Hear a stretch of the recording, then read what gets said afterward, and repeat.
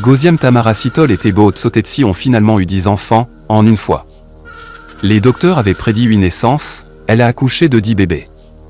Gauziam Tamaracitol a accouché lundi soir de 10 enfants, 7 garçons, elle a tout dit.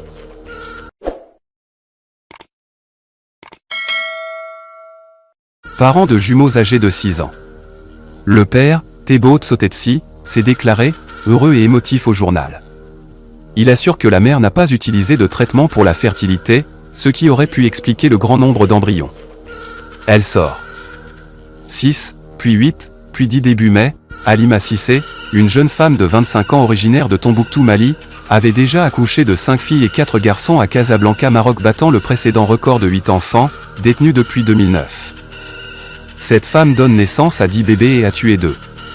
En Afrique du Sud, une femme accouche de 10 enfants. Les médecins avaient dans un premier temps annoncé 6 enfants à cette femme, avant de lui annoncer la naissance prochaine d'octuplés. Et 3 filles, à Pretoria, Afrique du Sud, rapporte le Pretoria News, qui a pu parler avec le père et la mère de cette famille désormais, très nombreuse. Le couple est originaire de la municipalité d'Ekurhuleni, au sud de Pretoria, et était déjà une histoire qui choque le monde. Le même média a annoncé ce mercredi que les parents avaient lancé un appel pour obtenir une aide financière, afin de pouvoir correctement élever ses 10 enfants.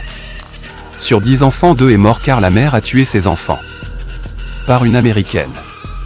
C'est Gauziam Tamaracitol qui concourt désormais pour ce titre.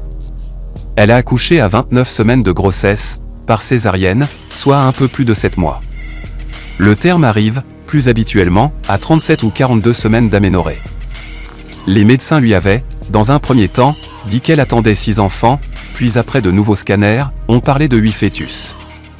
Je n'y croyais pas, avait-elle alors déclaré à Pretoria News. Elle explique avoir éprouvé des douleurs pendant sa grossesse, ainsi que des difficultés à dormir.